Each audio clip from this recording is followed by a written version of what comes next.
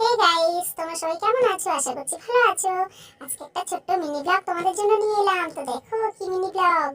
আমি কিন্তু আজকে একটা ড্রাগন ফল, মানে তোমাদের আদিত্য স্কুল থেকে আসার সময় তার ঠাম্মির কাছে বায়না করেছে, ঠাম্মি একটা ড্রাগন ফল কিনবো, আমাকে কিনে দেবে? তো ড্রাগন ফলটা কিনে নিয়ে এসছে। তো বলছে মা তুমি কাটো।